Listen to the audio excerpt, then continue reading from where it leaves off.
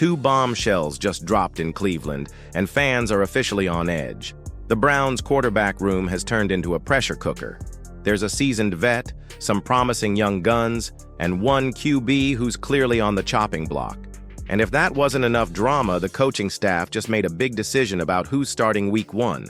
And not everyone's happy about it. A former NFL player even called it out live on air. The tension's real, and the roster shakeup is just getting started. If you're a true Browns fan, subscribe to the channel so you don't miss any updates. Let's get into it. The Browns have themselves a quarterback room packed tighter than a tailgate cooler, but don't expect all four to make it to kickoff in Week 1.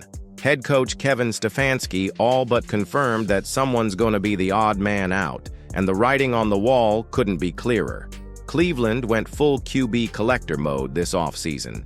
They snagged grizzled vet Joe Flacco, scooped up Kenny Pickett, and brought in rookies Dillon Gabriel and Shedeur Sanders. That's a lot of arms in one room, and Stefanski made it known that this party's getting trimmed down real soon. "I'd like to keep everybody," he told reporters, "but not realistic." Translation: cuts are coming, and one of these QBs is packing his bags. Now, we already know Flacco's locked in as the Week 1 starter. The Browns made that official. As for the rookies, they're not risking those guys on waivers. So, if you're doing the math, that makes Kenny Pickett the clear man on the bubble.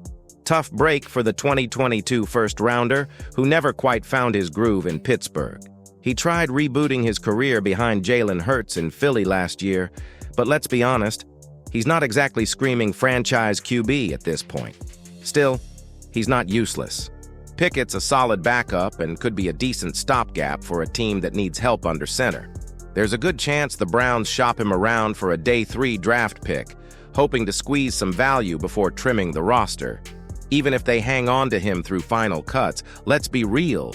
They're crossing their fingers he doesn't need to take a single snap this season.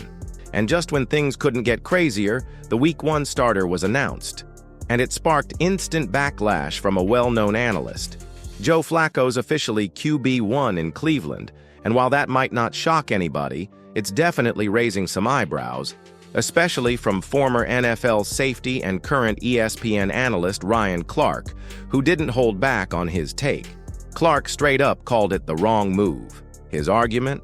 Rolling with Flacco is the safe, comfortable pick, not the smart one if you're thinking long-term. "You already know what Joe Flacco is," Clark said. "Why not see if one of the rookies you drafted could actually be your franchise guy?" He pointed to both Shedeur Sanders and Dillon Gabriel, who showed some flashes during preseason action, and questioned why the Browns wouldn't give those young guys a real shot. Now, to be fair, Flacco hasn't just been sitting around. He's taken the lion's share of snaps this offseason, and he's no stranger to Kevin Stefanski's system.